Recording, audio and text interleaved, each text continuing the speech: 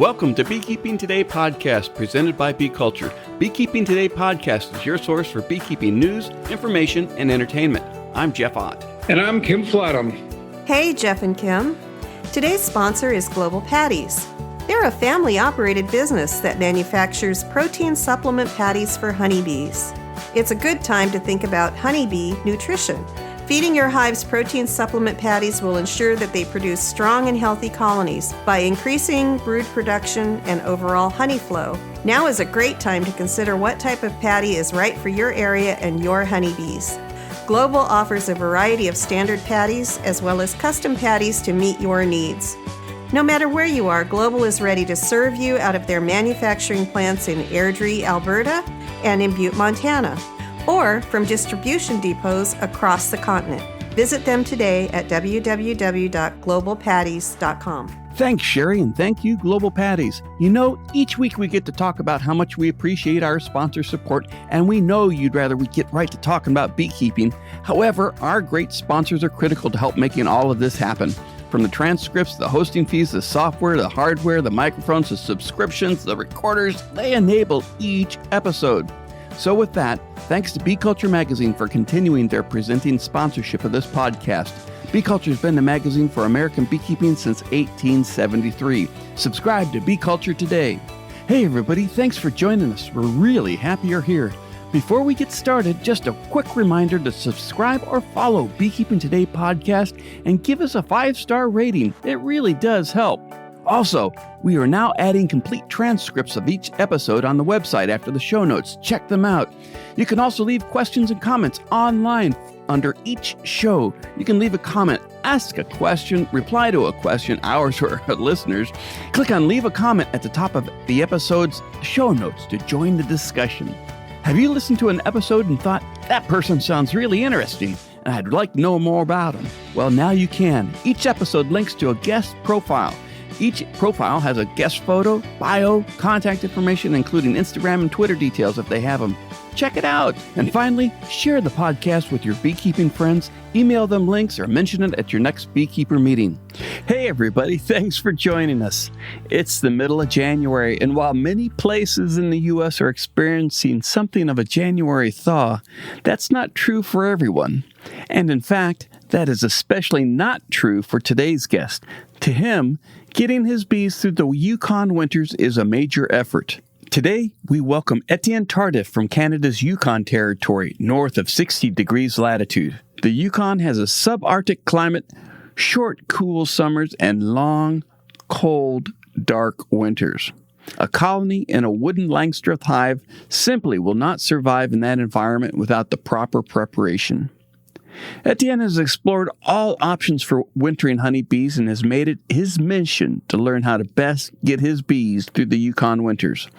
He has focused his attention on honeybee winter thermal regulation, nutrition, and health. When he writes in social media, posts videos to his YouTube channel, speaks at conferences, and visit podcasts, he freely shares his learned insights and experiences with fellow beekeepers. I am certain you will enjoy our talk with Etienne after a quick word from our friends at Strong Microbials. Hey, beekeepers! Many times during the year, honeybees encounter scarcity of floral sources. As good beekeepers, we feed our bees artificial diets of protein and carbohydrates to keep them going during those stressful times. What is missing, though, are key components. The good microbes necessary for a bee to digest the food and convert it into metabolic energy. Only Super DFM Honeybee by Strong Microbials can provide the necessary microbes to optimally convert the artificial diet into energy necessary for improving longevity, reproduction, immunity, and much more. Super DFM Honeybee is an all-natural probiotic supplement for your honeybees.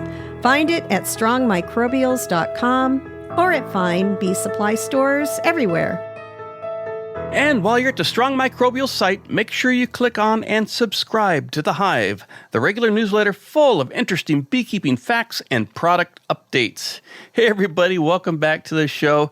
Sitting across the virtual and frozen Zoom table right now is Etienne Tardif from north of the 60 degrees latitude, way up in the Yukon. Etienne, welcome to Beekeeping Today podcast. My pleasure. Happy to be here. Glad to have you on the show. It's nice to put a face with a name because I've been reading what you write on B-List for as long as you've been writing for B-List, I think. So it's good to have you here today. And the one thing I've got to get a feel for, how far north are you really? I'm north of British Columbia, next to Alaska. So basically, pretty much the same latitude as Anchorage, but we're on the interior. So the interior of Yukon is like interior Alaska weather-wise. Okay. Well, it gives me a feel for how cold it is today out there, I'll bet you. Speaking of which, how cold is it there today? So we just did the conversion. So it's about minus 15 Fahrenheit. So minus 26 this morning Celsius. And it's warmed up. It actually feels warm. We just went through a less than minus 40 for about a week and a half. And it's been horrible. I can imagine it is. I think it's cold is cold. I think at some level, it's ridiculous cold.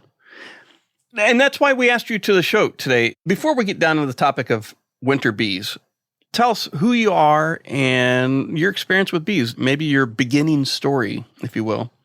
Sure. So I'm originally from Ontario, Northern Ontario. And I guess I did my mechanical engineering degree. And then I started working at some mines in Northern Ontario. And one of my geologist friends, actually out of the blue, he says, Etienne, I just convinced the environment department to buy me some beehives. And this was northwestern Ontario, so it's north of Lake Superior. And he asked me to join up, and I had no idea what it was. I'd never thought about beekeeping as a hobby or anything. And I've always been scared of bees and wasps and hornets and stuff. So I said, sure, I'll conquer my fears. So this was a little town of about 1,000 people. And so we set up 4 colonies in the mine reclamation area. So yeah, we had Beekeeping for Dummies as our guide. And back then, I guess, when was this? Early 2000s, YouTube hadn't really picked up for how-to beekeeping stuff. But no, it was good. Our first set of beehives didn't have any mites because there was still mite-free colonies in Thunder Bay that we got. But our second batch of hives a couple years later were just chock full of mites. So I had to learn to deal with that. So that's where I got my start. And then I moved to somewhere even more north, a place called Yellowknife. And it was too cold there to keep bees, I thought. I put it on hold for a few years. And then I moved to Australia. Lots of bee swarms all over the place in Australia and Western Australia. And then eventually came back to Yukon. And in the Yukon, we have a small homestead out in the boonies. And I decided to get back into beekeeping. So I invested in some poly hives and some wood hives to trial one versus the other. I can say that I'm 100% poly hives now. And being an engineer, loving data, I'm into that type of stuff. So anecdotal evidence and people telling this is how it's done, I like to know why. So I guess the last 10, 15 years of beekeeping now has been about understanding why bees do what they do. Are you north of Yellowknife now, or are you in that area? I'm in that area. So Yellowknife, so basically I'm further west of Yellowknife, close to Whitehorse, about 40 minutes out of Whitehorse. Now, we spoke with Naomi Marks, I believe, several years ago when she released her book about beekeeping in that part of the country, or generally in that neck of the woods. So welcome as our second Yukon beekeeper. Our pleasure. You say that you're looking for the whys of what's going on in a beehive. Why are they doing what they're doing? The question I would start with is your attitude towards, I'm guessing, polystyrene hives, plastic hives. What kind do you use, and how well do they work all year long? Is there a difference winter, summer, anything? Just to put things in perspective, our summers are like some people's winters down south. So we do get our high, I'd say, is in the 70s Fahrenheit. So 20 Celsius is a warm day here. And our mornings where I'm located are the 40s, high 30s, 40s is our morning temperature low. And then it warms up as the sun climbs, and then we get really long days. So what I found initially with my comparison between the polys and the wood was the wood would activate fairly quickly when the sun came up. It would heat up. But then there was a lot of fluctuations. If it got shady, the clouds popped out, and then it would stop activating. So, and the polys, the brood nest, eventually it picks up quicker. When you say activating, what do you mean by activating? The wood would activate. So foraging. So the activity in front of the colony. So one thing I do is I put time lapse cameras on my hives for the whole from 5 a.m. to 10 p.m. just to get an idea of what the foraging activity is. So it would tell me how activated it is. And you can actually see when the clouds came in, the wood colony would actually stop really doing stuff. And the poly was just more consistent because our temperature is fairly dry here in the summer. So having that cloud cover drops the temperature by 5-6 degrees, easy, sometimes 10 when there's no sun. And then my first winter doing nothing with my polys, they survived. Just using straight polys, just having it out there, and the wooden colonies with a 2-inch wrap on it, all this type of stuff, it didn't survive. So it required much more effort to get ready for winter. Just to caveat that wooden colony did go through some queen issues and some brood rearing issues during the season. So it did have a tough season, but it just seems that the polys have anecdotally, so over the last 15 years, they just seem to have less issues with queens, with the brood ramp up in the spring, with maintaining populations, with collecting honey. So Yukon is very forage limited. So I'm able to fill my boxes with an easy 100 pounds of honey as the base. And then I've got my honey supers on top of that. So I typically don't feed much to get my bees ready for winter because they've got a full box of honey. But the thing with the wood ones is they just don't seem to collect as much. And as we keep talking, you'll see that it's not about collection. It's actually about consumption. Because my temperature is so much colder, they tend to consume more during the evenings, the cooler evenings, just to maintain the brood nest. Versus a poly, until it actually drops below, I'd say, 0 Fahrenheit, they're not really clustering. So minus 15 Celsius, that's about where they actually start activating and becoming winter bees. So, and that's about my average temperature in the winter is about minus 15. So what's that? Around 0 Fahrenheit is about the average winter temperature here. Before we talk a little bit more about the different types of hives and the wintering characteristics of the bees up in the Yukon, can you kind of give us a high-level overview of your beekeeping year? When does your spring start, and then take us all the way around through the year back to spring? So typically in good years, by mid-April to late April, we'll get our first willow pollen. The days are longer, even at that point. And then into May, mid-May, we start getting into a lot of our first pollen flow. It's like a massive flow. So there's tons of pollen going. So the bees really ramp up really quickly at that point. June is our first nectar flow.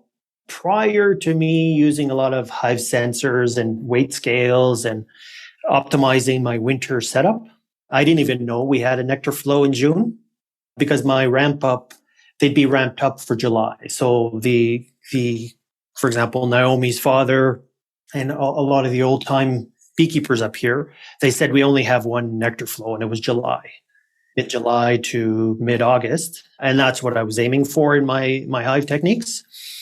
So I'd say June, there's plenty of nectar, plenty of pollen. Into July, it's still decent. Depends if we get a drought, like hot weather.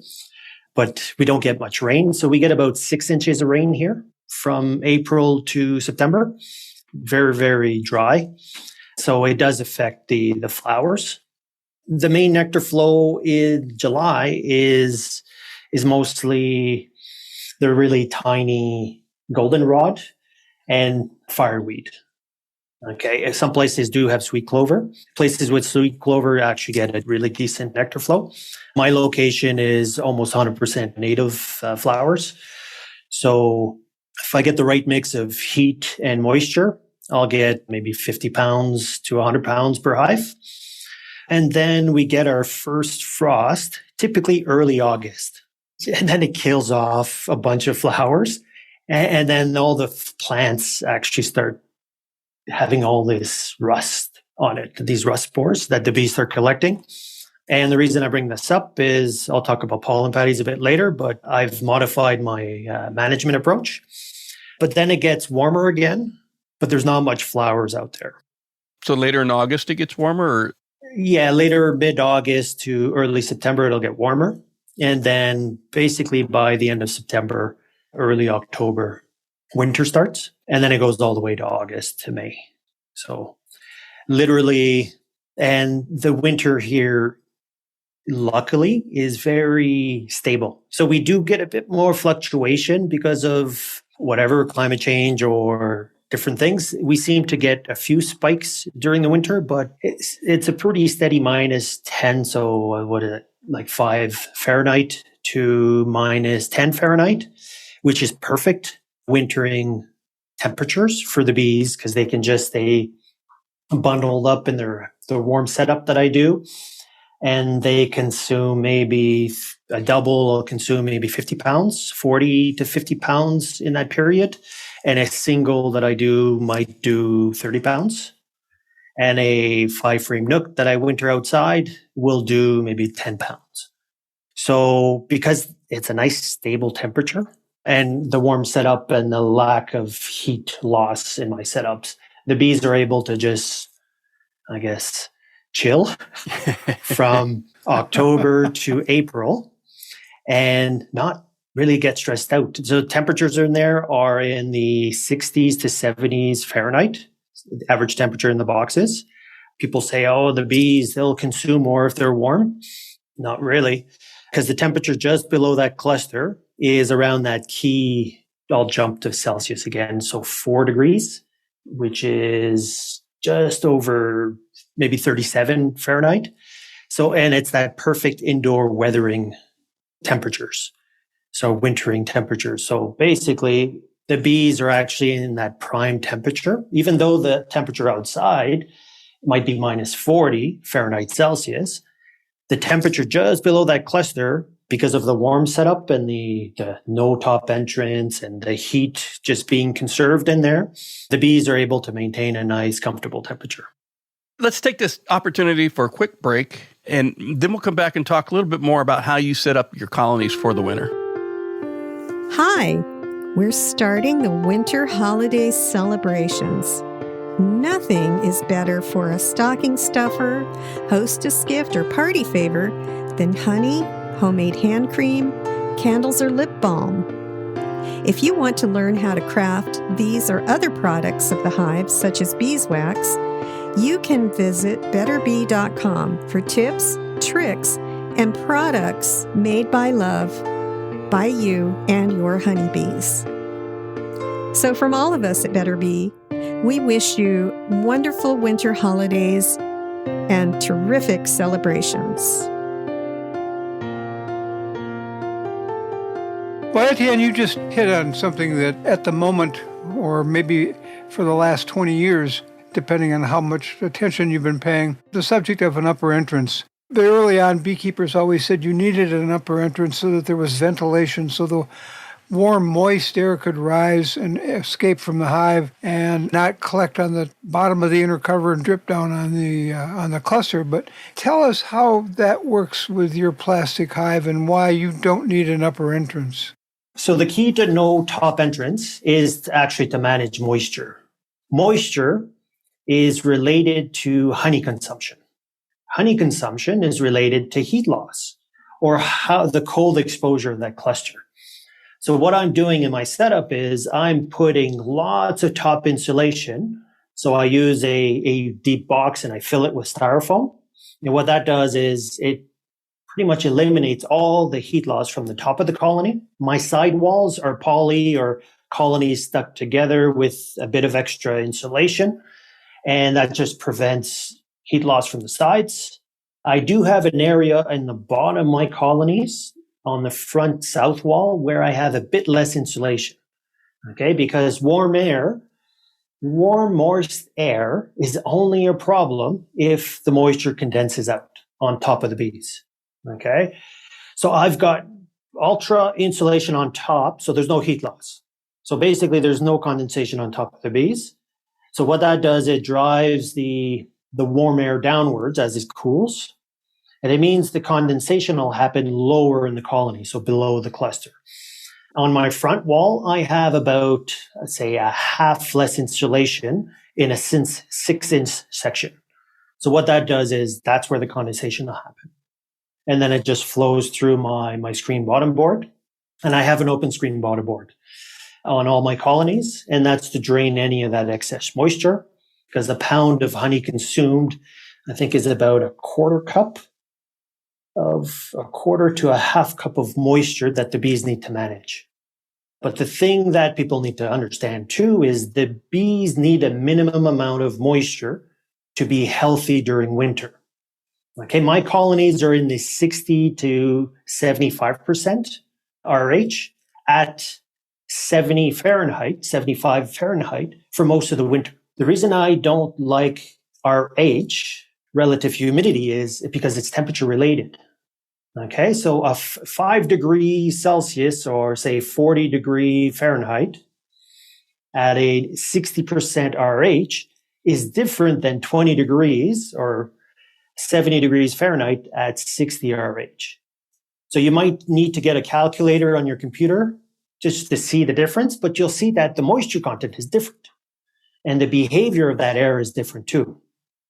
Okay, so I've had situations where my bees actually heat up the colony with temperatures outside at minus 40, and they'll take an average temperature of, say, 70 Fahrenheit, and they'll bring it up to close to 80 Fahrenheit, 85 Fahrenheit. And it's like there's no interruptions. This is all Bluetooth, so it's my phone taking measurements that happened like 2 days ago, and for basically 12 hours, they've heated up that box.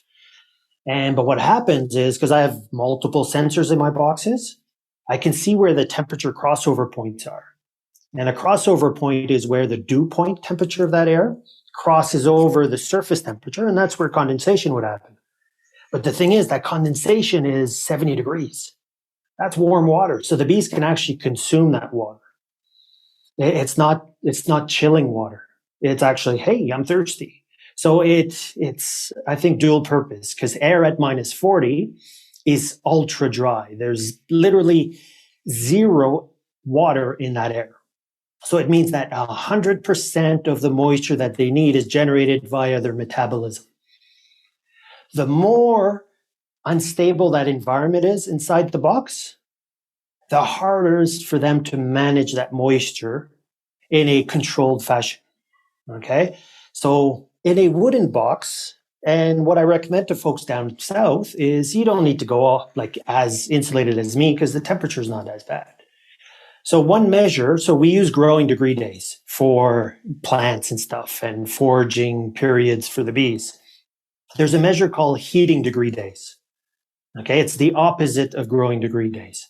That'll give you an idea of how much energy you need, especially if you're multiple beekeepers and you compare, say, Minnesota to Michigan to Montana to Tennessee, you'll see that the heating degree days are different. So that is a measure of how much insulation you need. And bare bones, I always say top insulation. Put 2 inches of styrofoam in your inner cover year round because it helps both ways. Because cooling, because it's all about, again, I'm a mechanical engineer, so I love crunching numbers. So cooling a colony, for bees, they do evaporative cooling. Evaporative cooling is also used to humidify the air. So they use that process to humidify the air in the winter. In the summer, they use it to cool the inside of that colony. But in hot, muggy places, it doesn't work. So the bees may add moisture to the air, and then people complain that their honey's always, it never gets capped. It's always high moisture content and stuff like that. I'd say throw in some styrofoam, put some top insulation in there, because what it does is it reduces the heat load on that colony. So the bees are better able to actually manage the inside temperature of that colony. So in Australia, when I was there, they actually use poly colonies for the opposite reason, to help maintain the temperatures inside that colony more stable in summer because it's so damn hot. You've gone from one extreme to the other. That's an interesting perspective, though. That's a great one. The equipment that you're using to make all of these measurements with, where can I get it? I mean, is this equipment that I can get at a local hardware store, or is this pretty sophisticated stuff? Key one is I have a weather station. So you need a relative, what's the outside temperature? So most places, they'll go buy a typical Accurite or those 5-in-1s. That's plenty good. For me, I guess I get flat lines at -40 sometimes because that's the minimum temperature. And then for the inside ones, I use brood minders. So I've been using brood minders for almost 10 years now. And I've collected a bunch of temperature and humidity sensors and weight scales. So I've been collecting data on my colonies on the weather inside. Typically, they say 1 or 2 sensors per box or 1 per box. I have up to 9 per box spread out in a grid. So it gives me the temperatures on the side walls, in the middle. And then I've modeled the temperatures throughout. I've seen those pictures that you've created with the grid setup of the sensors and the 3D image that you're able to create of the temperature bubble inside a box. And those are really, really fascinating. Whereas a singular sensor really doesn't really show you that. It gives you just one place. Maybe we can show one of those thermodiagrams in the show notes for the show here. It's fascinating work that you've done there. And I've taken it a step further too. So I guess I had an IR thermal camera. Taking a picture outside for me is more about heat loss and looking where the boxes are losing heat and how I can optimize that. But I've also set it up on a little stick so I can actually take pictures of my clusters upwards. So I stick it through the bottom entrance and I point it upwards and I can have a look at what the cluster looks like in winter. And it's pretty neat because you can see heater bees, you can see bees walking around, you can see the butts sticking out on colder days. But the one thing that seems to happen is bees seem to heat the colony, especially when it's well insulated on top. They don't need heat on top. And there's a misconception, I guess, from observations is when you have really good insulation on top, it's more of a hemisphere versus a sphere. The cluster is more like a hemisphere, and it actually uses the sidewalls and the surface as protection because that surface is way more insulative than what the cluster can do. Okay, so the cluster is only capable of so much protection. So down south, what I tell folks is if your bees starve or you're scared of these polar vortex, then you got to do something. There's something wrong. Okay. It's things that people need to be aware of is starvation. So I've never starved bees up here and I've got 6 to 8 months winters and my bees consume less honey here than they do down south. So it's all about conservation of heat. And I've got a hot setup where I can actually put pollen patties on my colonies in late winter to trigger brood rearing. And the reason I want to trigger brood rearing is because my season is so short. It gives me a couple of extra brood cycles. I know they're not starving. They got plenty of stores. But what it does is it allows me to do my queen assessment on my first inspection. Because literally an hour after I add that pollen patty, I can see the temperature spike up to 95F. So literally it's within an hour or two, the temperature just spikes up. Boom. And then you can sort of see the brood nest developing. And I'm like, okay, good. If I don't see that spike, then I know I probably have a queen issue. And what that does is now I can get the June flow. So prior to that, they would only start ramping up in May. But now I have them ramping up mid-March. When we were talking earlier, you mentioned about pollen patties, and you wanted to talk about a specific aspect of using pollen patties. You want to talk about that right now? So I use pollen patties twice in my season. So like I just mentioned, I use it to trigger early brood rearing. So in areas where first pollen is months away and you're in a short season, you can use it to trigger brood rearing. And the other one is from late July to early August, I start adding pollen patty to my colonies because there's the pollen dearth starting. And I need to make sure that they're not collecting rust spores. And the reason I know they're collecting rust spores is, like I said, I'm a bee geek. I have a microscope too. And I crush a lot of bee guts. And I can see inside their bee guts if they've been consuming pollen or honey with pollen or rust spores. Okay, it looks the same as dandelion pollen or hawkweed, so aster type pollen. It's orange. It's a bright orange. They take it off the willows. They take it off the fireweed. So the reason I do that is, and I'll do it until early September. So I'll do a month of pollen patties. It's to make sure that the brood continues to brood. Because if I don't do that by mid-August, the queen's shutting down. And what used to happen is my clusters would be really tiny in April. And it would take so long for them to ramp up to get that July flow. And that was the conventional wisdom here, is that's how we beekeep. So since I started doing, I guess, late summer pollen patties, and the key is I have to stop. So by mid-September, no more pollen on my colonies. They need to shut down.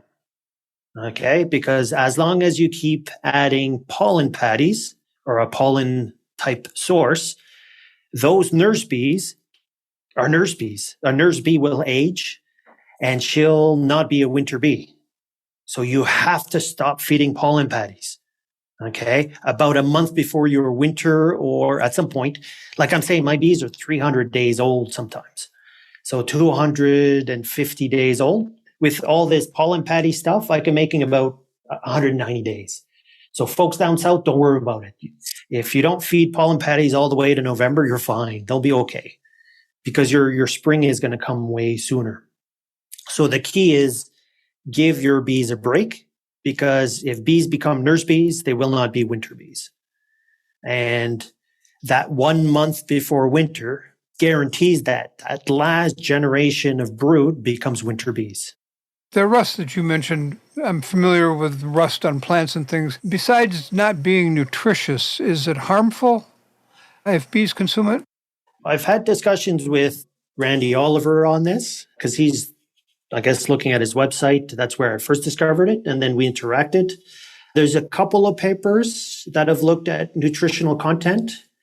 And it may, for example, it probably affects, because it's late season pollen or fake pollen. So it may actually affect the health of the winter bees. And so since I've started this regime of adding a pound a week of pollen patties, I haven't had, I do have the occasional colony with, I guess, a bunch of dead bees out front with rust spores in their guts. But it's around winter bee health and making sure that they're getting enough nutrition to, because once that cell is capped, they are what they are. And that bee coming out, if it wasn't fed properly, won't be healthy. Another question I had was, since you've got this dynamic picture of what's going on inside, you've got a three-dimensional container of where the heat is around the cluster of bees. Very close to that, though, is the inside of the super that they're in. And do you have an idea of the temperature right on the inside surface of that super? So I've got sensors right on the outer edge, and it's probably within a couple of degrees of what the surface temperature is on the outside. If it was wood, it would be harder. There'd be a much bigger transition. But what insulation does is, because it slows down heat transfer by, depending, 6 to 10 times, that sensor, you don't get the same flow of temperatures, if that makes sense. Literally, I have basically a ½ inch from the sidewall, I have a sensor. So it gives me a decent approximation of what that surface temperature would be. That's a good picture. I was just wondering how extreme the difference was, and it seems fairly extreme, but your inside temperature bubble seems to handle that quite well.